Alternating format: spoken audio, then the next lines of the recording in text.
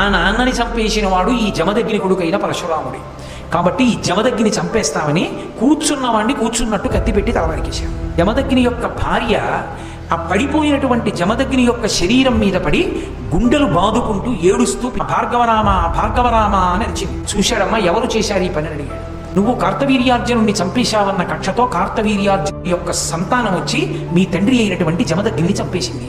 వెంటనే ఆయనకి కోపం వచ్చి ఒకప్పుడు ఆతిథ్యం పొంది ఆవుని చంపారు. ఆయన ఆవుని విడిచిపెట్టలేదు కాబట్టి యుద్ధం చేసి చంపారు. నేను లేనప్పుడు దొంగ దెబ్బ తీసి నా తండ్రిని చంపారు. ఈ క్షత్రియులు బతకడానికి వీల్లేదమ్మా. నువ్వు 21 మాటలు గుండెలు బాదుకుని అరిచావు కనుక 21 మాటలు ఈ భూమండలం అంతా తిరుగుతారు. క్షత్రియుడన్నవాడు కనబడితే చంపేస్తాడు. గర్భస్థ పిండమై ఉన్నా కూడా విడిచిపెట్టాడు. శిశువు అయినా కూడా విడిచిపెట్టాడు. క్షత్రియుడన్నవాడు ఈ భూమి మీద ఉండడానికి వీల్లేదు. 21 మాటలు భూమండలం అంతా తిరిగి క్షత్రియులన్న వాళ్ళని విడిచిపెట్టకుండా సంహరించి ఈ నెత్తురంతా తీసుకెళ్ళి కురుక్షేత్రంలో 5 చెరువులు తవ్వి ఈ క్షత్రియుల యొక్క నెత్తుటితో నింపాడు. 5 నెత్తురు తీసి తండ్రికి పితరులకు తర్పణం చేశాడు.